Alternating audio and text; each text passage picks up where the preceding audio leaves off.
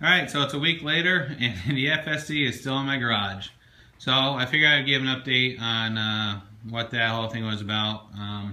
So essentially what happened was I threw the sled on CraigsList and just to see if I would get any activity on it, any interest on it, whatever. And it's still up on CraigsList. So, anyway, I got an email from a guy up in New York who said, "Hey, do you want to trade my sled for your sled?" And I said, so we're going back and forth.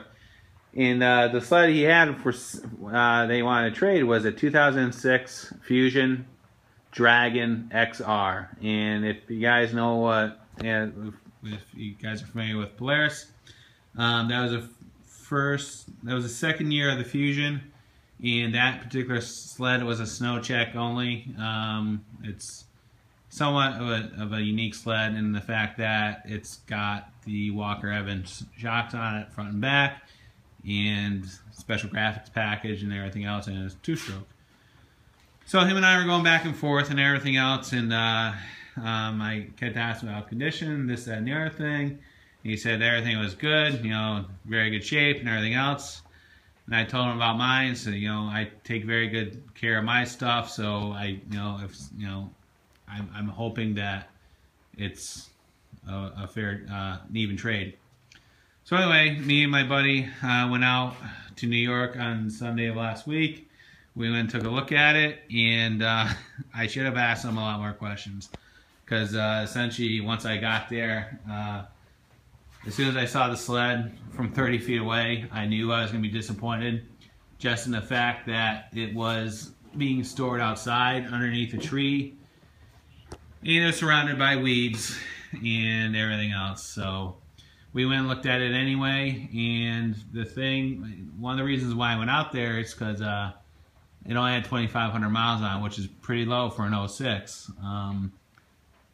So we went and looked at, anyway, we're out there looking at it, and took the cover off, and you would have thought this thing had 10,000 miles on it. It looked like it was dragged behind a salt truck for about five years. The whole engine compartment was rusted out. The pipe had holes in it. The whole cross member underneath the pipe, that was completely rusted out. None of the electrics worked on it. The MFD didn't work on it. None of the brake lights or the headlights came on. It was in sad shape. It was actually depressing to see that sled for what it was in the condition that it was in. Needless to say, he loved my sled. He wanted to do a trade right then and there, and I said, you know what? I go, based on what I saw, and the condition, I go, it's not going to work. It just, the condition, the value wasn't there. So we walked away. And the sled is still up on CraigsList. I'm still getting some activity on it, and from various people and everything else. And here's a rant about CraigsList. I go, and I'm sure my opinion is not very different from everybody else. But you know what? If you're responding to an ad, at least read the ad and try to be educated on what you're asking before you ask questions. Because when I post an ad, I try to be as clear and concise as I can, so there's no questions and everything else, and so on and so forth. But I can't tell you how many stupid people I get asking me questions that are completely documented in the ad and everything else, and or people will send you one line sentences, is the sled still available? And I'm like a lot of people, if the ad's still up, it's still for sale, and a lot of it's just you're wasting everybody's time.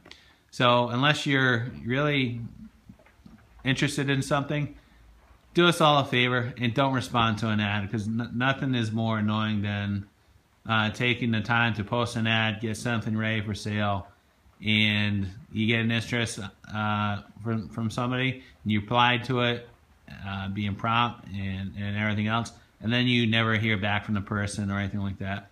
For me, I just think it's rude, and I think it's, if you have interest in something, follow up with the seller and at least be serious. And if it's not what you want, polite your response back to the seller. So, you know what? Thanks for getting back to me, but it's something I'm not interested in. I don't want to waste your time. But unfortunately, I think that's not the case with most people on Craigslist. I think a lot of them are just a-holes, to say the least. So, but anyway, we'll see what happens. The sled is still up for sale, and we'll go from there. And somebody asks, "Hey, why are you considering selling the sled?" Well, before this, I had all 2-strokes, and I really wanted to get something newer as far as the IQ chassis. And don't get me wrong, I love the FST and everything else. It's a great sled.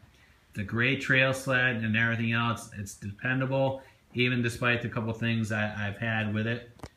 But at the end of the day, it's still a heavy 4-stroke. And, if it's, again, it's not a fault to the sled. It's just a different design.